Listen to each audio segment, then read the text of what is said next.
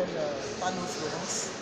Je suis secrétaire exécutif de la cellule de genre du ministère de l'État, ministère de l'Emploi et des Affaires sociales, de la formation professionnelle. Ça veut dire qu'avec vous, on peut faire l'état de lieu concernant l'approche genre.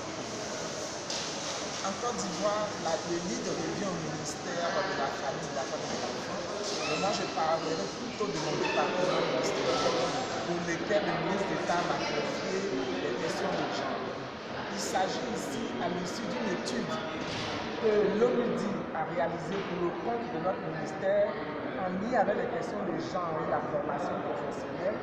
Cette étude-là a mis en relief que dans les deux filières que nous avons au niveau de la formation professionnelle, c'est-à-dire le secteur tertiaire et le secteur industriel, l'étude a montré que dans le secteur industriel, nous avons seulement 13% de filles. Cela veut dire quoi? C'est une inquiétude. Si dans les filières industrielles, là, on trouve 13% de filles, et pourtant, dans cette Côte d'Ivoire en pleine construction, les métiers porteurs sont de ce côté-là. Il s'agit donc d'amener nos filles à comprendre qu'il faille se mettre dans les filières industrielles pour avoir un métier, mais pour avoir aussi un impact sur la Côte d'Ivoire en pleine construction. Exactement, c'est un signal. Pour nous, c'est le temps de faire le bilan. Vous voyez bien que pendant cette cérémonie, nous avons des jeunes, nous avons des personnalités, nous avons des structures africaines, comme l'Union africaine qui est là. Pour qu'ensemble nous puissions crier haut et dire que nos filles, nos jeunes gens doivent s'engager dans toutes les filières. Tout est permis.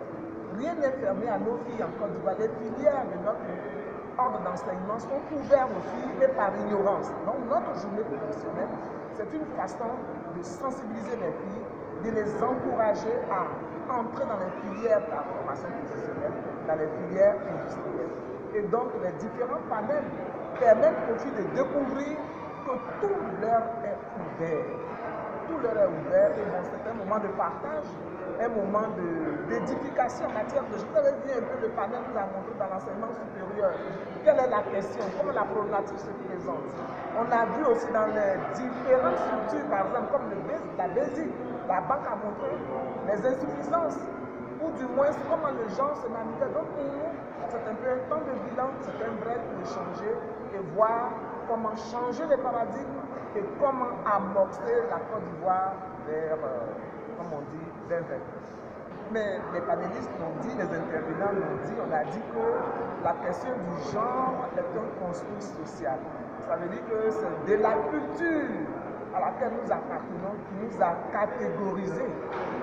L'Union africaine a montré tout à l'heure que parce qu'on offre des poupées aux petites filles et des voitures aux petits garçons, ça montre que la voiture c'est pour aller à l'extérieur. Il faut donc s'affirmer. Et donc tout petit, le leadership est déjà affirmé. Pendant qu'on lui donne la poupée, la casserole, les dinettes, c'est pour rester à l'intérieur, être un peu en service pour nous. Donc les panélistes ont montré que c'est à nous les femmes de s'engager, d'impacter le développement. Est-ce que notre leadership est là? Le président, le ministère, tous les concours sont ouverts aux femmes et aux hommes. Si vous avez du talent, vous aurez le problème. Simplement, il faut montrer aux femmes qu'elles doivent affirmer leur leadership. Elles doivent aussi se former, renforcer leurs capacités pour être utiles à l'endroit où elles seront.